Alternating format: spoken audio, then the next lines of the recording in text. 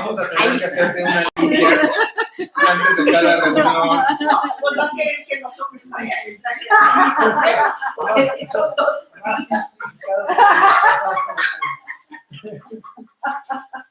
Pero no me has escuchado. Para cada reunión necesitamos que tú hacer algo con él, porque él llega muy profano. Oye, sí sale clarita, ¿verdad? Aunque se ve oscurito de aquí. Yo lo oscurecí para que dure más. Sí. ¿No salgo? No salgo. Muy bien. ¿Quieres salir o qué? No. Bueno, ya está grabado. Muy bien, entonces vamos a empezar y empezamos con oración. Señor, te damos gracias que eres bueno, que para siempre es tu misericordia. Te agradecemos enormemente este espacio que nos das oportunidad para conocer y amarte más, igual entre nosotros. Enhorabuena por este ratito y porque nos acompañan a distancia. Oramos por el nombre. Amén. Bueno, entonces, una observación muy respetuosa y muy amorosa para nuestros amigos que nos acompañan a distancia con esta reflexión. Necesitan un poquito de paciencia porque los contenidos son abundantes y la observación que nos hicieron favor de hacer llegar, pues la vamos a tener que ver más adelante porque no puedo brincarme los escaloncitos, tengo que caminar escalón por escalón. Entrar a pasajes me va a llevar todavía unas 2 o 3 clases más. Entonces, les pido paciencia. Pero, por otro lado, sí quiero hacerles esta observación y lo hago con mucho cariño y con mucho respeto. Para hablar del idioma original, que sabemos que no hay manuscritos originales, el idioma sí es el original, los manuscritos no, porque hablamos de copias más viejas. Para tocar el idioma, tenemos que manejar el idioma. Estoy diciendo, podemos decir que hay ciertas palabras o leímos en ciertos libros que nos hablan de ciertos términos, como esto del concepto del rapto. Verán, si no se conoce el idioma, ese es el privilegio y además es la desventaja para hablar en exégesis de los términos técnicos. Si no se conoce el idioma, y por conocer el idioma me refiero a leerlo, a escribirlo, a poder hacer la traducción, no es válido usar términos aislados. Un idioma, para poder hacer trabajo lingüístico, requiero el contexto, requiero la sintaxis, amén, por supuesto, de la gramática, pero sobre todo lo que en lingüística manejamos como equivalente dinámico, que son las traducciones.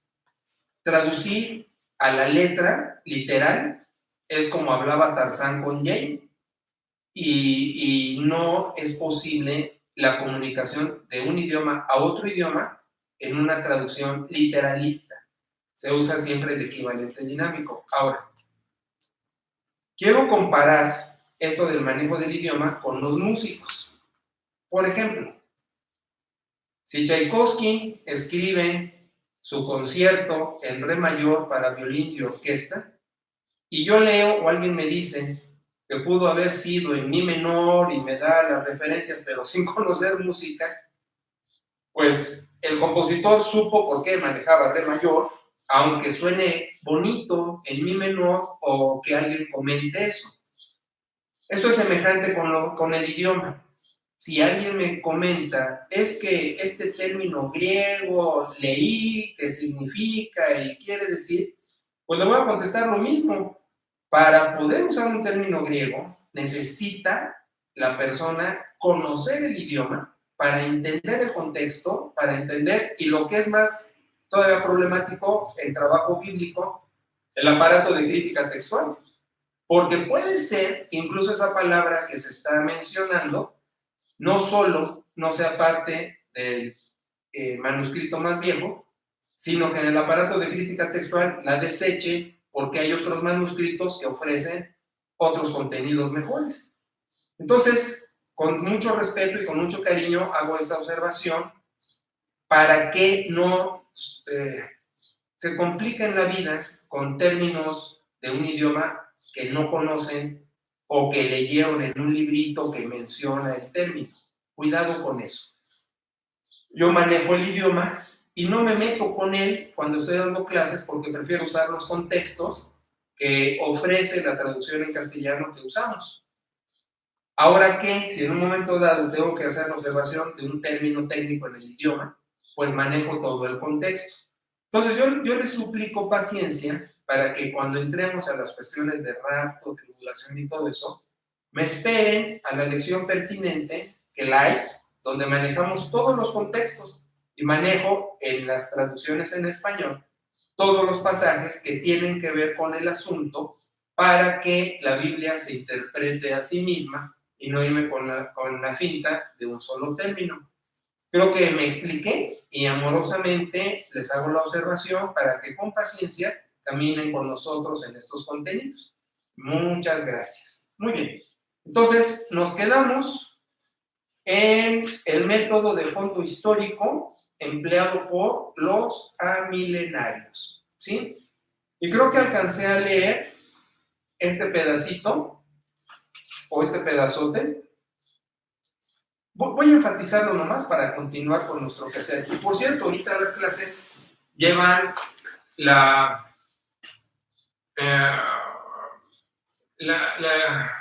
cuestión monótona, es la palabra que quería encontrar, de estarlo leyendo. Normalmente no leo, normalmente empiezo con mi explicación y me sigo, nada más veo en qué estamos. Pero ahorita sí estoy leyendo porque son contenidos que necesito poner el dedo en el renglón de toda la información. Bueno, perdón, entonces dicen que el método de fondo histórico, voy a dar los puntos. Sostiene que el autor escribe a contemporáneos. Empezamos por ahí. Ningún autor de la Biblia escribe a futuro, todos escriben a contemporáneos. Que pueda servir a la gente del futuro, eso es providencial, que maneja Dios para sacar los principios transculturales de cada obra y que sean útiles a todo tiempo. Pero el escritor sagrado ni siquiera tenía idea que su escrito iba a perdurar por generaciones. Le escribe siempre a contemporáneos. Entonces, el autor escribe a gente de su tiempo, primero. Entonces, lo otro es que está escrito en alegoría. Alegoría, hermenéuticamente, es un método lingüístico, es una figura de lenguaje que describe en símbolos. Entonces, apela a la imaginación del lector que conoce los símbolos, porque no tiene sentido alguno dar un mensaje por símbolos a quien desconoce los símbolos. Más adelante voy a explicar cómo es que conocían los símbolos y el significado de los mismos, como mil, etc.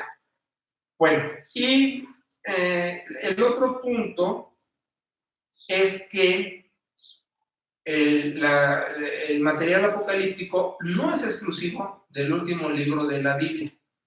El material apocalíptico también está en el Antiguo Testamento, está en algunos profetas y se distingue, y así conocemos que es apocalíptico porque es alegórico. Y lo que implica el apocalipsis, que significa en castellano ir descubriendo, es precisamente eso, que con las figuras del lenguaje alegóricas por medio de símbolos, el lector iba a ir descubriendo el sentido del mensaje. Ok, con eso, entonces, ya continuamos. ¿No tienen preguntas, muchachos? ¿Ninguna? Contestaste como mi niña, exactamente si contesta mi niña cuando le hablo. Bueno, entonces decimos, vamos a hablar de historia. Este es otro punto muy importante que omití hace ratito. Para hacer trabajo de traducción, invariablemente cualquier traductor de cualquier idioma, aunque no lo sepa, necesita conocer historia, aunque técnicamente no lo tenga o no lo comprenda.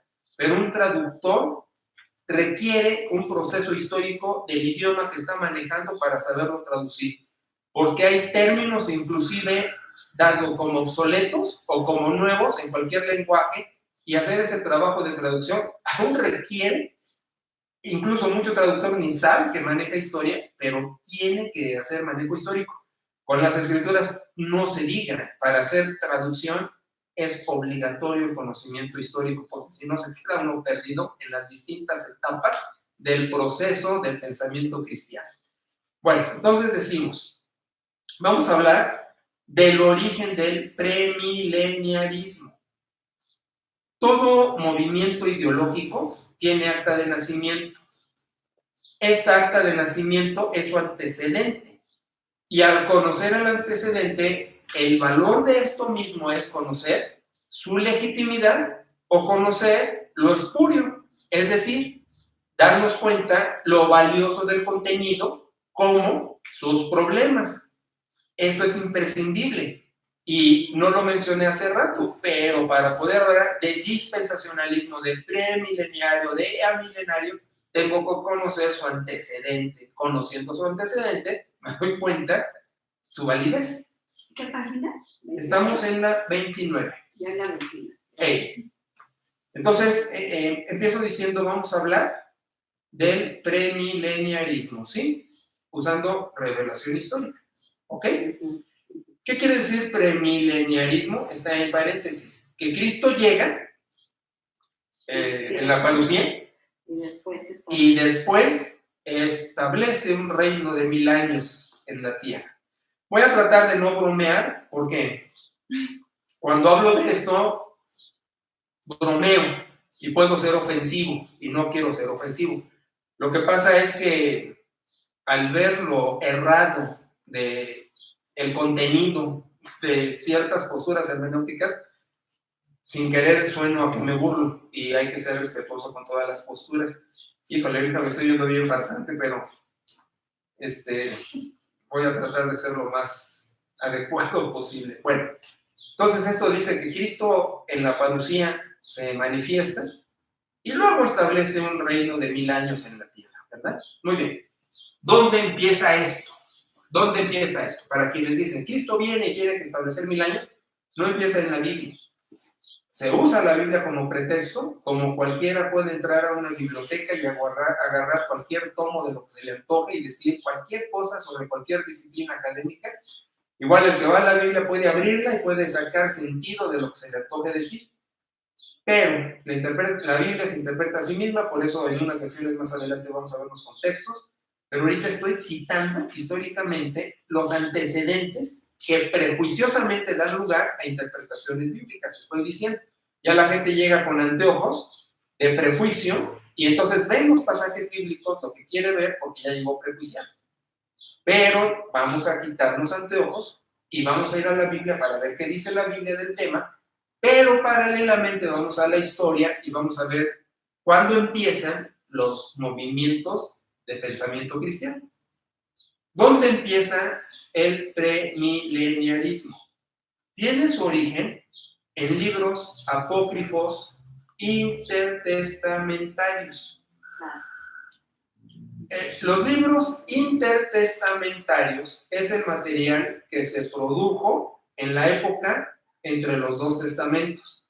Es una época entre el último profeta veterotestamentario, Malaquías, fue el último escritor del Antiguo Testamento, hasta la presentación del Bautista, que no tiene que ver nada con la denominación, pero Juan el Bautista. De uno a otro pasan 430 años. Y en ese inter pasaron un montón de cosas, hubo un montón de movimientos heréticos, hubo dentro de eso destacable la obra de la Septuaginta, que fue la traducción hebrea al idioma griego. No, Nuevo Testamento griego, eso es otra cosa. Decimos, el Antiguo Testamento se traduce al griego porque era la cultura dominante en ese tiempo. Eso tuvo un valor, por supuesto, porque se traduce el hebreo al griego, que era el idioma que se empleaba. Entonces se podía leer Génesis en griego, se podía leer los profetas en griego, porque se usaba. La desventaja es que se estaba perdiendo el idioma. Por eso hubo un regresar al idioma de los judíos, del hebreo, incluso como una inyección de que estaban olvidando el hebreo. Fue muy curioso, pero eso pasó. Pero también lo que sucede en el periodo intertestamentario fue la obra apócrifa. Hubo material ajeno al Antiguo Testamento, no inspirado, no como parte de lo que llamamos canon que son los 39 libros inspirados del Antiguo Testamento. Y ese material apócrifo, que apócrifo no quiere decir, popularmente le dan la traducción de mentira, de espurio. Apócrifo quiere decir oculto, no quiere decir postizo. Ahora, ¿por qué se le llama apócrifo a ese material? Porque era un material oculto, que quiere decir ajeno a la revelación inspirada por el Espíritu Santo de los 39 libros del Antiguo Testamento. Entonces, cuando surge ese material, surge con muchos disparates. Por eso es donde digo que me da risa y cosas así que voy a tratar ahora, ¿no? Un ejemplo de eso, en uno de ellos, y por cierto, hay traducciones al castellano, buenas traducciones, que usan los manuscritos más viejos, como Dios habla hoy, por ejemplo, que trae el material apócrifo. ¿Por qué? Hay razones y lo explican los editorialistas ahí en su versión. Yo no le digo a mi gente que quite o que no use esas traducciones porque traen el material apócrifo. Lo único que les hago ver es el valor histórico de ese material. Por ejemplo, ahí viene también el libro de los Macabeos, los 2 libros de los Macabeos. Y su valor histórico es la reseña de cómo conquistan hacia los griegos el templo y lo depuran otra vez, lo salvan. Entonces son los héroes de esa época. Y ese tiene valor histórico, pues, pero no valor inspirado para sacar de ahí principios escriturales, espirituales o doctrinales. Ahora, así como históricamente vemos su valor, también vemos sus errores. Uno de ellos es, en uno menciona que para espantar a los demonios hay que abrir un pescado y sacarlas. Bueno, es que eso espanta a todo mundo, no solo a los demonios. Sacar las vísceras del pescado y embarrarlas en la casa y que con eso se espanta demonios. Pues no es mala idea para espantar suegras, ¿no? Es un ejemplo de la barbaridad que dicen. Entonces, bueno, regresando al tema, el premileniarismo tiene su origen en los libros apócrifos intertestamentarios. Y lo cito, es la cita textual. Dice, la vid producirá su fruto a 10,000 y en cada vid habrá 1,000 pámpanos. Y cada pámpano producirá 1,000 uvas. Cada una producirá cor de vino y los que han sufrido hambre se regocijarán. Esta cita del Apocalipsis de Baruch refleja la imaginación judía, pero se usa como un antecedente, díganme ustedes, ¿cómo puede ser legítimo? Para empezar a decir que iba a haber un reino de 1,000 años en la tierra. ¿O no? Bueno, No. se necesita una imaginación Desbordada. Seguimos. La Enciclopedia Universal Ilustrada, que ahora en Google, supongo, o en esas cosas, porque ahorita deberá ser difícil ir a una biblioteca y sacar la Enciclopedia Universal Ilustrada, pero se puede encontrar en Google, etcétera, que desde un punto de vista católico cita a los que creen en un milenio terrenal como herejes. Y voy a leer textualmente lo que viene en el libro 35, en la página 236 de la Enciclopedia Universal Ilustrada. Siempre que se da información factual, hay que ser muy puntual de dónde se saca el contenido para que cualquiera pueda verificarlo por cuenta propia. La cita dice así: el primer hereje caracterizado como milenario, los que dijeron va a haber un reino de 1,000 años en la tierra, es Cerinto, cortánico y enemigo de San Pablo y fanático predicador de la circuncisión, un legalista que seguía molestando a Pablo como otros de que la gracia no era suficiente, sino que también había que circuncidarse. No se sabe, continuó la lectura textual, se aspiró al honor de ser tenido por profeta, mas al tratar de fundarse en el libro de Apocalipsis, en el libro de la Revelación, para defender su milenarismo, lo mismo pudo haber apelado al libro de San Juan que a otro cualquiera de Apocalipsis. Libro 35, página 236. Bueno, estas son, por lo menos son dos citas, hay más, pero que están ya haciéndonos ver de dónde viene la idea de 1000 años literales. Aunque se puede decir, es que en Apocalipsis 21 viene que 1000 años, pero es lo que digo, más adelante voy a usar ese texto y un montón de otros más que ya con su contexto me explican lo que quiso decir Juan en esa cita.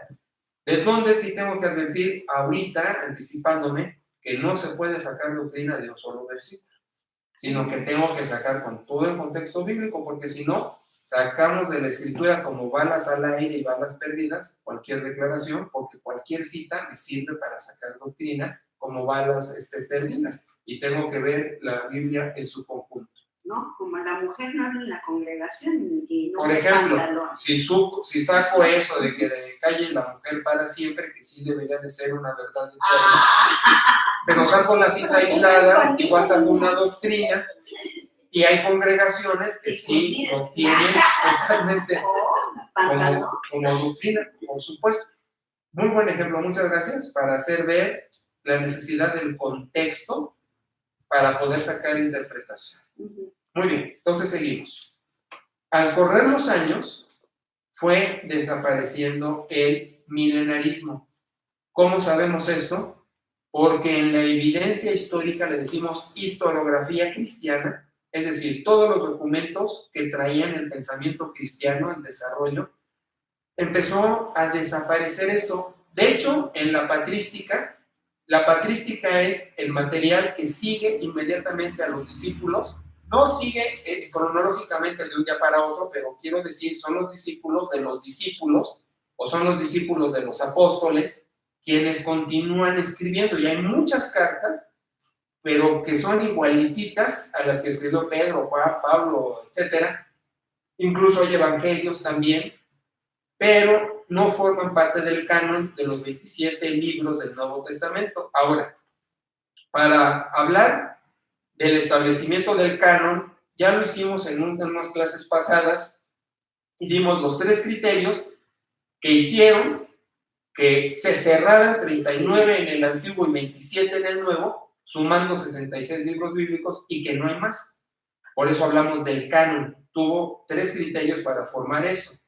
Entonces digo, en la patrística, que son los escritos que siguen a los escritos del Nuevo Testamento, no se menciona con ninguno de los escritores apostólicos, es decir, padres apostólicos, así le decimos patrística, ninguna situación del milenio, del milenarismo.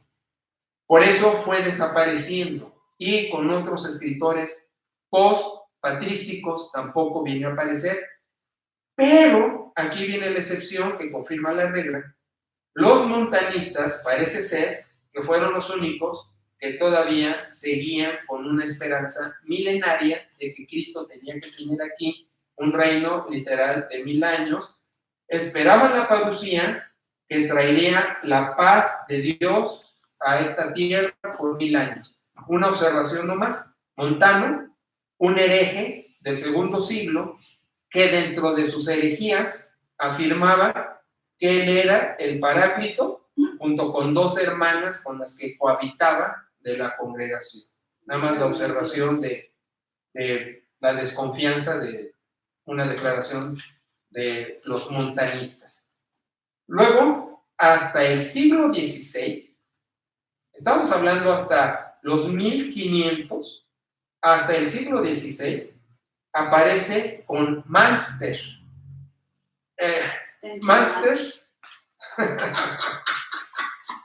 Estoy tratando de ser serio para nuestros amigos en otras partes del país.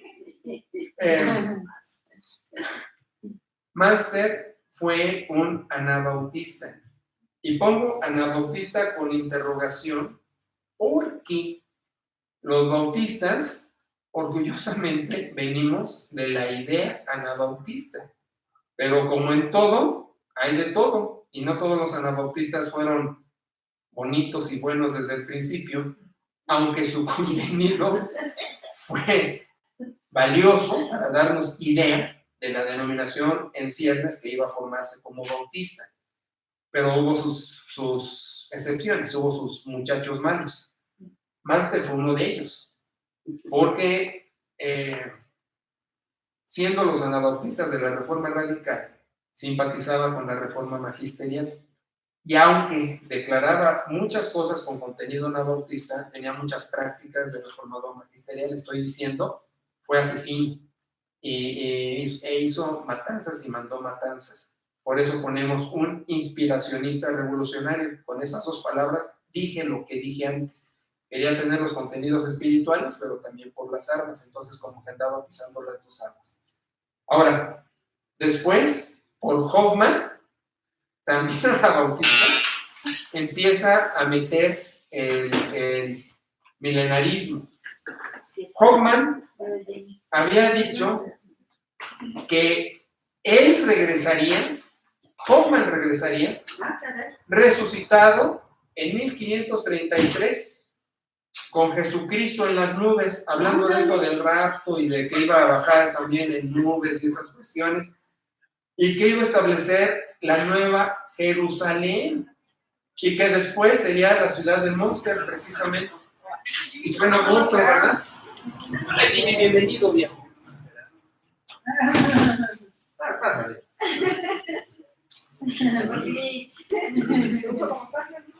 Pero que no papá la voz. Yo no voy a Jerusalén. Hola.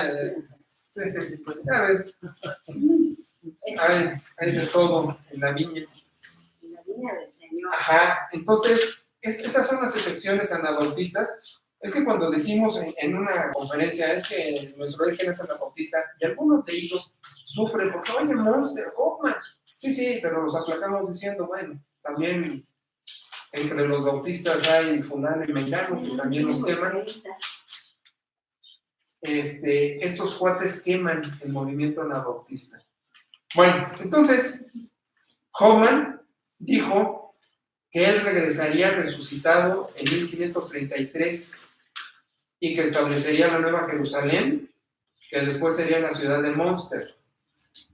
Entonces, muchos cristianos se opusieron a estas ideas y al resurgimiento del milenarismo. Entonces, ya empezamos con los muchachos buenos. Aparece la confesión augustana en el artículo 17, que es una declaración, vamos a llamar, protestante, que su término correcto tendría que ser resultado de los movimientos de reforma europeo. Pero puse protestante porque así lo aglutina mucha gente, aunque entendemos que protestante es estrictamente luterano.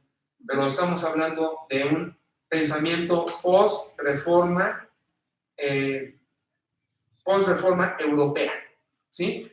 Entonces, la Confesión Augustana, que es un documento resultado de esto, en el artículo 17, se opone rotundamente al pensamiento milenario, diciendo, no, sus antecedentes son muy extraños, son heréticos, de personajes heréticos, y bueno, lo que vamos a ver sobre todo, que es lo que me interesa, con los pasajes bíblicos de Tesalonicenses, de Corintios, de Apocalipsis, de los Evangelios, pues vamos a tumbar todo esto del milenarismo, aunque ahorita estoy hablando de la pura historia, ¿sí?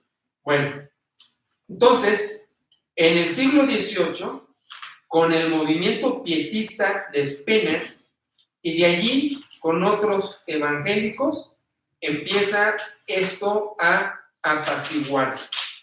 Es decir, se le echa, como los extintores tienen espuma para el incendio, empieza a aplacarse la idea milenaria. Sobre todo con Bengel, teólogo alemán, quiero explicarme. En el mundo, si hay quienes pueden ayudarnos al pensamiento cristiano, es la teología alemana. De hecho, mi formación es esencialmente alemana. La teología alemana es de primer mundo, vamos a llamarlo así, para hacer trabajo teológico filosófico. Entonces estoy citando a Wenger, que fue profesor en Tubinga, que es la matriz de la teología contemporánea. Bueno, con esto estamos diciendo el milenarismo, históricamente, su acta de nacimiento otorga mucha desconfianza. Pero el problema se agrava porque el milenarismo insistente, porque como cito, no es en el pensamiento cristiano el manejo milenario, sino es herético y es con protagonistas no sanos, pero luego lo quieren aplacar otros, pero aún así, como una plaguita, vuelve a resurgir de alguna manera. Y eso va a dar lugar a lo que se conoce como dispensacionalismo. El dispensacionalismo, bueno, voy a empezar con mi rollo y mejor lo leo. Dice, a Wenger, que nos acabamos de quedar con él, le sigue después Nelson Derby. Estos fundan el movimiento darbista y también se le conoce en la historia como los hermanos de Plymouth. Esto se da en Irlanda hasta el siglo XIX, por los 1820-30. Una de las características de estos amigos, bueno, de estas personas, pues no eran mis amigos, ¿no? De esas personas, era su antagonismo por todas las iglesias confesantes, todas las iglesias, vamos a decir, formales que existían. Estos les tenían animadversión. Decían que todas las iglesias eran descendientes de Babilonia, pero la Babilonia que atentaba contra Cristo. Entonces, va a ser un movimiento reaccionario que lo que quiere hacer es estar en contra de la iglesia establecida, de las iglesias establecidas, independientemente de su denominación, porque en ese entonces ya se da el denominacionalismo, ya podemos identificar perfectamente las denominaciones. Entonces, un evangelista D.L. Moody, por cierto, que hay muchos libros de él en las librerías cristianas, editoriales como Betania, editoriales como Vida, editoriales Betania, Vida. Ay, ahorita no me acuerdo de todas las editoriales pentecostales, pero esas son las más sonadas. Sí, no, Sígueme, es europea, mamita, es de... No, esa es buena, eso pasó. Sígueme, Herder, Bach, Biblioteca de Autores Cristianos, Cristiandad. Esas son las que hay que consumir. Esas son las editoriales europeas. Son las traducciones alemanas. Estas no, estas son americanas y de corte pentecostés. Bueno, Moody, un evangelista muy nombrado y muy famoso, líder en Estados Unidos, va a Europa y allí, de Irlanda, le gusta el dispensacionalismo. Moody, por supuesto, no era bautista y lo trae a Estados Unidos y ahí agarra mucha fuerza con la traducción, bueno, no es traducción, perdón, con la Biblia comentada de Scofield. Él no traduce, él agarra la 60 clásica y lo único que hace es hacerle un comentario al texto. Pone de su opinión lo que cree que es descifrar los pasajes. Y con esa versión, no traducción, con esa versión de Scofield, el dispensacionalismo se contagia como gripa a todas las congregaciones, incluyendo, por supuesto, las establecidas, las formales. ¿Por qué? Porque en las librerías está esa Biblia y la gente, como no tiene antecedente de contenidos, de preparación de estudios, pues agarra lo que le llama la atención. Y muchas de las cosas que llaman la atención es cómo este amigo, bueno, este señor, con desbordada imaginación, desarrolla un sistema de dispensaciones, 7 dispensaciones, que con mucha imaginación llama los pactos de cómo trabaja Dios con el planeta y que la dispensación de la ley, la dispensación de la gracia, la dispensación de estrategia y demás, y hace todo un sistema escatológico, imaginativo, sin ningún fundamento de contenido, ni histórico, ni escritura. Lo vamos a tumbar viendo pasajes más adelantito, por eso pedí paciencia, ¿verdad? Entonces, esta mentada versión, la denominación pentecostal de 1920 a los 50, fueron los que le dan un auge espantoso y además llega a las demás denominaciones, incluyendo por supuesto la bautista, porque sin la formación pastoral y menos laica, pues se agarró y mucha gente la usa. Tanto que en un momento más voy a mencionar quién nos quema mucho como bautista con esto. Entonces le dan un apogeo extraordinario. Billy Graham, no fue ninguno de ustedes, ¿eh? No. Billy Graham, un evangelista popularísimo bautista, dispensacionalista. ¿Era bautista? Sí, Sí, pues. sí. ¿Cómo ves? Le da un auge nuevo al dispensacionalismo. Mucha gente confunde el ministerio por el contenido. Billy Graham sí fue muy buen evangelista, sí fue muy popular, pero no era un teólogo. Y escribió, hizo libros y escribió artículos. Pero si yo veo a Billy Graham como evangelista, le aplaudo. Pero si lo veo como un teólogo, historiador, exégeta, le pongo ser. Nada más que la gente no sabe distinguir y al consumir sus libros, pues porque es Billy Graham, le cree. Y él, sin contenido, porque era un buen laico y un buen predicador y sus estudios pues, fueron muy limitados, pues predicaba las dispensaciones. Entonces, el problema de esto fue que él tuvo muchos seguidores y fundan el Dallas Bible College. Y de allí sale Lindsay, un libro muy popular entre las denominaciones cristianas, La agonía del planeta Tierra.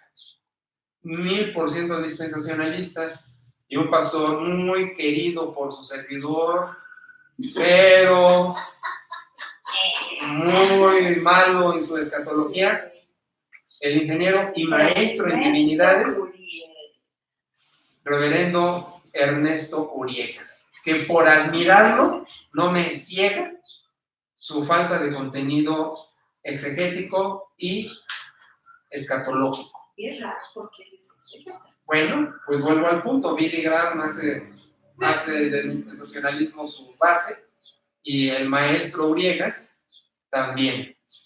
¿Por qué? Porque es egresado del Dallas Bible College y ni modo que queme su alma mater, ¿verdad? Bueno, con eso estamos hablando de el antecedente del premileniarismo herético, sin contenido, sin fundamento en la historia, menos en la Biblia, como veremos, insisto, a continuación, en días por venir, y cómo el premilenarismo da lugar al dispensacionalismo, que el dispensacionalismo se contagia como catarro en las iglesias, y nada más como borregos, perdónenme, como borregos la gente está agarrando eso y diciendo y todo.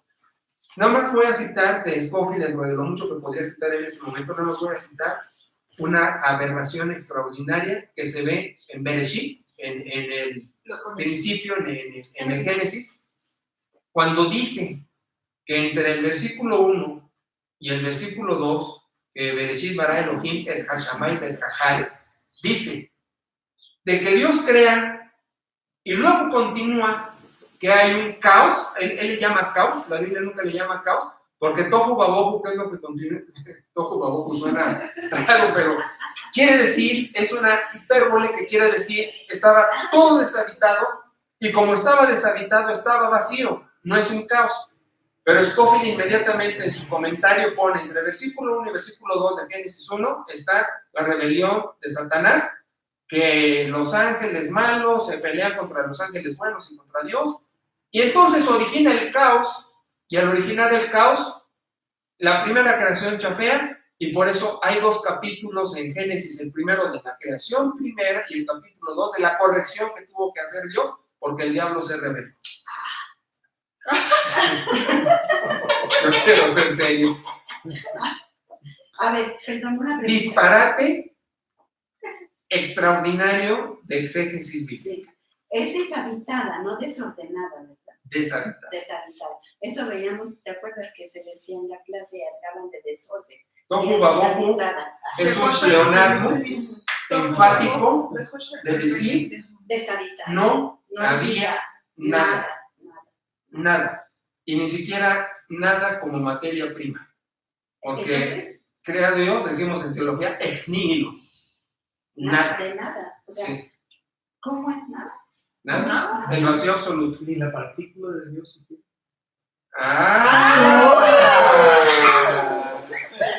Nada más que yo no puedo mencionar eso porque en lo espiritual de Dios no puedo mencionar ni la energía como un procedimiento espiritual divino de su natura. Aún es un elemento incomprensible para mi cabeza. Como yo puedo descifrar átomo y puedo descifrar partícula y puedo descifrar energía, Dios pertenece a otro plano. Y por ahí la magia, y por ahí el milagro y lo extraordinario, como dice, con logos en genetos. Y eso hace carne con nosotros. Qué bárbaro, ¿eh? Nuestra pobre mente no lo... Ya me gustan los ojitos de nube porque ahorita ya agarró santidad en cambio de lo profano que llegó. Y ahorita ya está en su punto, ya está en su ebullición espiritual. Con eso tengo Con eso tengo poder.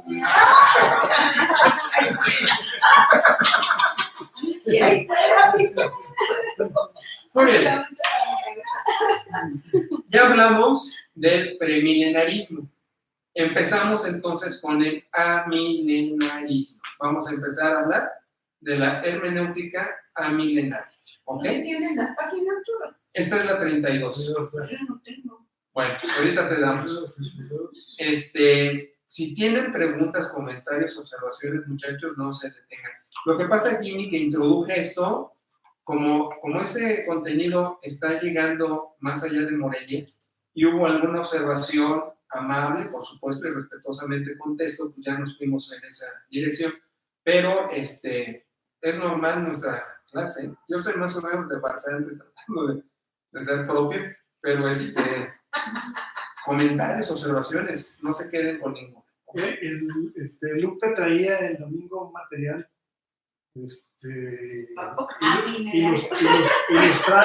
ilustrado desde la creación. Es dispensacional. Sí. Pero lo edita Casa en un hispano. Yo le pregunté. ¿Y por qué crees que acabo de decir lo que dije? Yo le pregunté, oye, acá arriba dice primera dispensación, segunda dispensación, ¿qué es eso? Y pues no me supo contestar, pero... Mejor no lo usen porque es un material errático. Mejor la observación amable con Lupe. Mira, en el instituto estamos aprendiendo un poco de eso y mejor recomendamos no emplear, porque se van a ir con la finta de los mentados pactos, de las mentadas dispensaciones y del mentado rapto, que en eso están, ¿eh? Sí, Eso ahorita, le enseñaron a él en su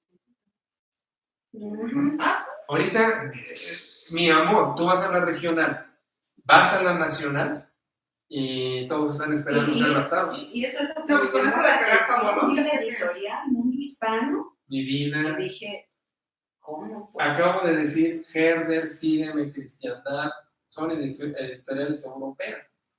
Nunca mencioné las de aquí. Jamás. Sí, Jimmy. Entonces, la palabra dispensación, ¿cuál es la definición de su raíz?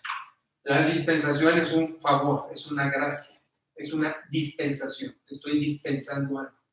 Entonces es un procedimiento gracioso, no divertido, sino de gracia de Dios, de tratos con la humanidad. Entonces han sido 7, según la dispensación, 7 etapas de gracia, de pactos, de Dios con la humanidad, a lo largo de toda la... según, pero es una hermenéutica fantasiosa, totalmente fantasiosa.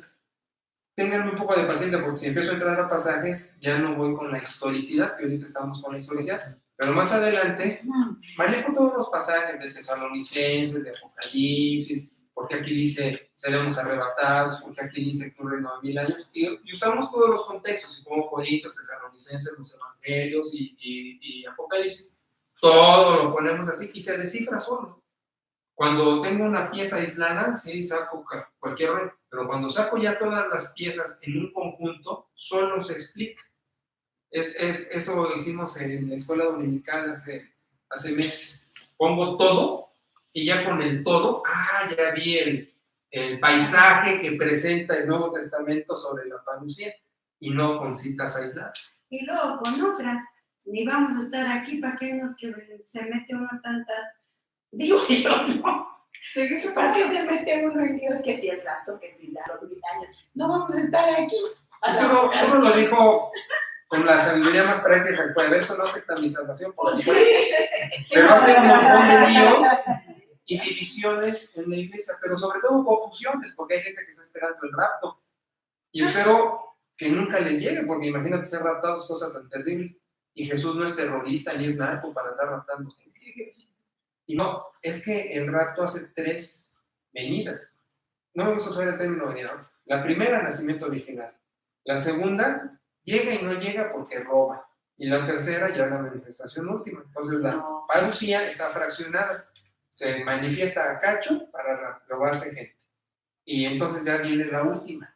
Ya no es una segunda venida como se usa popularmente, sino es una segunda A, para que haya una segunda B que ya completa todo, y no es el funcionamiento del Nuevo Testamento. Pero, insisto, ténganme paciencia para que con los pasajes armemos el todo y el cuadro sale. Porque lo que más claro nos habla de la parucía es Corintios 15. Y a la luz de Corintios 15 entiendo Tesalonicenses 4 y entiendo Apocalipsis 21. Pablo nos da todo el panorama de que en un momento vas a ser resucitado y en un momento vas a ser transformado. Y eso en Tesalonicenses le llaman ser arrebatado. Pero lo vemos en Corintios 15, Tesalonicenses y Apocalipsis. Yo sé que sí ese término habla de que se va a experimentar pues, el proceso de la muerte. No. Uno Lo que quiere decir es, ya sé que es muertos, pero vamos a decir moridos, ¿no? Los moridos resucitan de facto en la parucía. Y si hay vivos que todavía no pasaron la experiencia mortal, son transformados. Sí, o sea, todo es hacernos un cuerpo incorrupto. Transformado. Exacto. Es que, o sea, me refiero pues a lo mejor no era la comentario, sino es un proceso como el que muere. Pues, sí, es como el que muere. El que esté vivo. Instantáneo. El que esté vivo. Instantáneo. El que esté vivo. De repente estamos así y es la parucía. ¡Pum! De repente somos los mismos. Podemos reconocernos, pero ya con radicalmente cuerpos transformados, distintos, sin pecado, incorruptos. Puedo reconocerte, pero no eres ya esto. Ya eres lo que Dios siempre quiso que fueras. y ya no aquí, obviamente. Mira, ¿Quién sabe? cielos nuevos y tierra nueva, ¿qué plano es? La escritura no, los testigos de Jehová se mueren con explicar. Nosotros no sabemos. Lo que sí sabemos es que la creación gemía, porque en ese entonces ya gemía, porque hoy gemía y fue transformada junto con nosotros. Entonces, quiere decir que sí permanece creación transformada, igual que nosotros. Si se va a llamar tierra, si se va a llamar continente o país, no tengo la menor idea. Pero sí es un lugar.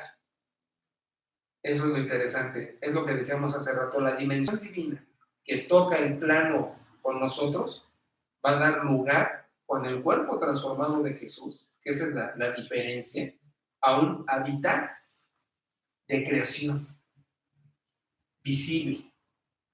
Y yo lo que uso es la broma de que como va a haber muchos planetas, como los que usamos, como conocemos hoy día, los sistemas solares y galaxias, yo voy a ir la más lejana. Se queden todas mis exovejas, denme paz.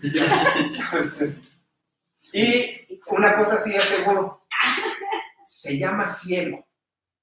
Y se llama cielo porque dice hasta que la muerte te separe. Por eso es cielo. La cara de No las eso me hace chile. No le muestran el video. Sí, lo ve Cheli, la boca, man. Bueno, estamos entonces en la hermenéutica amilenaria. Empezamos. ¿Qué quiere decir amilenario? Sin milenio. ¿Sí? Prefijo a, sin. Sin los 1000 años de reino terrenal, que no le veo ningún sentido, porque si yo es la parucía y ya está Jesús, ¿por qué le ponemos límite? Ya es el rey eterno. Pero bueno, vamos para allá. Milenio, término que procede del latín millennium. ¿Te acuerdas del millennium? Un centro de perdición que entrabas a Zacapu y como acá las cachorras para llegar. ¿Dónde vive el pastor? ¿Ves las cachorras y le subes? Allá ves el milenio y ya estás acá. La boleta de éxtasis. Casi enfrente de Me sigues admirando con tu amplio contexto. Retrocediste, tú no ya ibas muy bien. Ya estabas en el milenio y bajaste al primer. En lugar de decir antes de llegar al estadio, pasas el éxtasis y adelante. Puras referencias de Soto. Bueno, recobremos santidad. Esto significa 1000 años. Y ya no les digo la etimología de esto porque suena gracioso. Mejor me lo veo. Bueno, ya les dije el prefijo a, ¿verdad? Entonces lo que quiere decir es sin los 1000 años de reino literal de Cristo Jesús en la tierra. Estamos diciendo, con la parucía, el orden de lo creado, falible y temporal se termina. Y el orden perfecto y eterno se inicia sin que haya un periodo de tiempo literal y terrenal. Se considera a los 1000 años como un símbolo. ¿Por qué? Porque la literatura apocalíptica es alegórica, es simbólica, no es de interpretación literal. Por ahí empezamos. Los salmos son figuras de lenguaje poéticas, metáforas. Apela también a la imaginación. Pablo apela al intelecto, Romanos, sus cartas. La literatura apocalíptica apela siempre a la imaginación porque es construida en base a alegorías. No puede ser una interpretación literal, jamás. Vamos a hablar de su historia, como hablamos del premileniarismo y del dispensacionalismo. Nace como una reacción al postmilenarismo. Me lleva. Hablamos de premilenarismo, ahora hablamos de postmilenarismo. ¿Qué es esto? El pensamiento humano siempre va mezclado. Hoy se habla de globalización como si fuera moderno, pero la globalización siempre ha existido porque en la humanidad, la diferencia con la globalización moderna es que la información llega de facto. La desventaja antigua es que para que el conocimiento llegara con todos, había todo un procedimiento mucho más difícil, la información era mucho más tardada, pero siempre ha sido global. ¿Qué estoy diciendo con esto? Que todas las disciplinas estaban mezcladas. Por ejemplo, al hablar de teología y hablar de la época escolástica de la Edad Media, la arquitectura estaba impregnada del sistema escolástico que es jerárquico para describir las ideas. Igual la arquitectura con sus, tú sabes muy bien eso, sus movimientos churrigueresco, barroco, todo eso, que son detalles del detalle. Si pongo no sé cómo se llama, Jimmy, ayúdame, como zócalo, pero arriba, Un capitel. algo así, hago su subdivisión. Entonces, todas las disciplinas estaban intermezcladas siempre. Bueno, entonces, a fines del siglo XVIII y principios del siglo XIX se da el humanismo. el humanismo, pensamiento filosófico, Hegel y otros, hacen ver que el hombre es el centro de la humanidad. El hombre es el centro del universo, mejor dicho, perdón. Y con eso, todos los sistemas encumbraban al hombre. Por ejemplo, es la época darwiniana, donde la supervivencia del más fuerte distingue a las especies. El libro famoso de El origen de las especies lleva eso y es evolucionista. Ahora, no estamos diciendo que estamos en contra de la evolución necesariamente, dado que la creación ha sido evolutiva. Génesis describe los periodos en que ha habido evolución para que se crea el mundo y todo. Que esto no quiere decir que hay un desarrollo de una especie en particular para dar la supremacía a que de chango se hace el hombre, porque nosotros más bien decimos que hay la mutación, que la mutación es una cuestión ecológica que permite a la especie adaptarse. Por ejemplo, la pigmentación del moreno, que es más cerrada para resistir el sol, que al blanco. Entonces, lo que pasa es que se adapta uno al medio para vivir mejor, que no quiere decir que lo hace un escalafón hacia llegar a una criatura mejor o perfecta. Entonces, al hablar de el pensamiento darwiniano, también se da con Marx algo similar, pero con las clases. La abolición de las mismas, porque la sociedad está llegando a un punto de perfección, se va a erradicar el sistema de clases. Entonces, por un lado la teología, por otro lado la filosofía, por otro lado la economía, pero todo hablaba de que el hombre iba siendo mejor por el pensamiento humanista, que era global. Entonces el postmilenarismo, su tesis era: va a ser tan buena la iglesia al estar sin pecado que entonces va a obligar a Cristo a regresar. No me gusta decir venida y regreso, pero así lo manejamos, porque ya no hay pecado. Por eso se llamó postmilenio. Es decir, la iglesia va a vivir sus 1000 años de perfección sin Cristo, pero va a ser tan buena que Jesús tiene que venir porque está obligado, porque ya el mundo es perfecto. Ese era el pensamiento humanista. Ahora, la Primera y la Segunda Guerra Mundial practicaban eso con Neftalí el domingo, recomendándole precisamente algunos libros. Tira esa idea. Es solamente conociendo la providencia, es decir, en teología, cómo Dios lleva su creación, podemos descifrar la Primera y la Segunda Guerra Mundial, cómo en 30 años, de los 10 a los 40 del siglo XX, suceden 2 fenómenos extraordinarios mundiales de devastación. Era un coscorrón de Dios para hacerle ver al hombre que, lejos de que estuviera llegando a un desarrollo utópico de perfección, al contrario, estaba peor que nunca, primitivo como jamás, en una destrucción mundial. Entonces, eso nos hace ver el sentido de las guerras mundiales, con todo el panorama. Entonces, el postmilenarismo dice: nosotros vamos a obligar a Dios a llegar. Entonces, el amilenario surge venciendo eso. Por eso es una reacción después de los 40, es un tiempo realmente moderno, amilenario. Aunque no se manejaba el premilenario. Antes no había una definición como surge después amilenaria como reacción al postmilenarismo.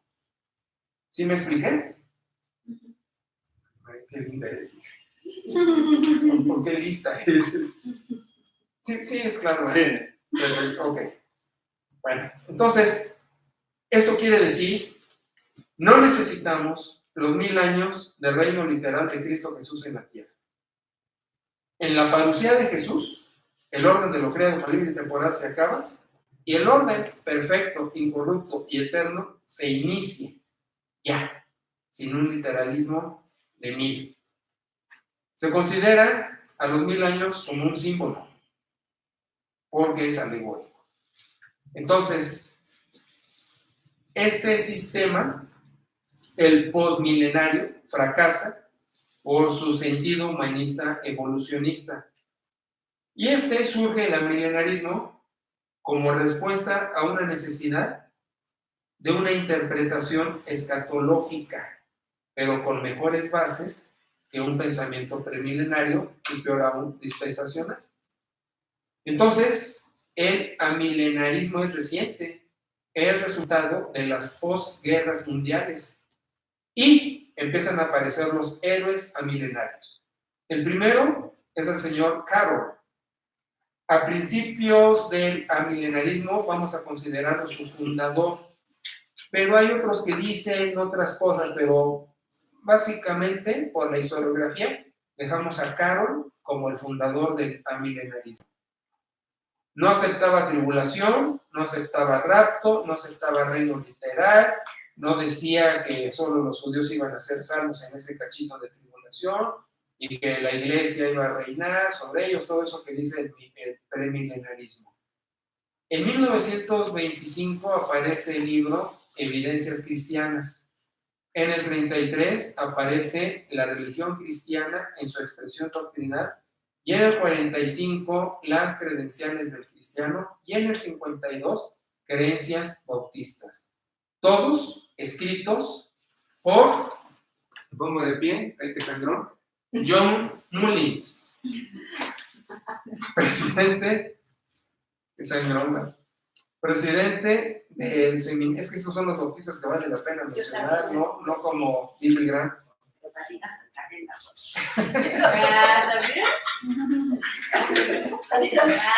Era para el régimen. Presidente del Seminario Bautista del Sur, sí. Y profesor de teología, por supuesto. Y fue Mullins, con sus libros, predicaciones y enseñanzas, que continúa lo que Carroll había iniciado. Y obviamente Carroll bautista y Mullins bautista, pero de los bautistas, bueno, de los que tienen el pensamiento original de la denominación. Cito del libro de Mullins, La religión cristiana en su expresión doctrinal, lo siguiente: en ninguna parte de la visión Apocalipsis 24:10 se dice que estos santos mártires reinarán con Cristo sobre esta tierra 1000 años. El vidente no dice dónde ocurre. En todas partes del libro de Revelación, Juan pasa libremente del cielo a la tierra y de la tierra hasta el cielo. Las visiones son simbólicas en el más alto grado, en combinación con elementos que son también literales. Viene en el libro de Mullins. Fiel discípulo de Carroll y de Mullins fue Conner, profesor, escritor y teólogo bautista. Como con Scofield y su dispensacionalismo pentecostés, con Conner el amilenarismo tuvo su mayor auge y popularidad con los bautistas y con las demás denominaciones. Después de ellos, Somers publicó su libro Digno es el Cordero, amilenario bautista, quien le dio un fuerte auge al sistema de fondo histórico que ya leímos hace rato en su interpretación. Todos los mencionados, pastores, profesores, directores de seminario, bautistas. Ay, qué padre. Ahora, vamos a empezar a hablar de lo que es la interpretación amilenaria.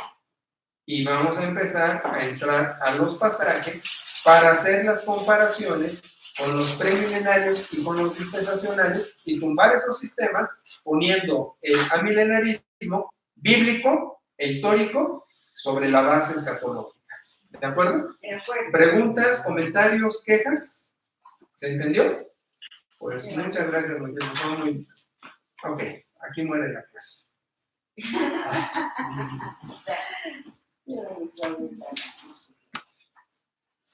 ¿Tú no vas a querer algo de sabor?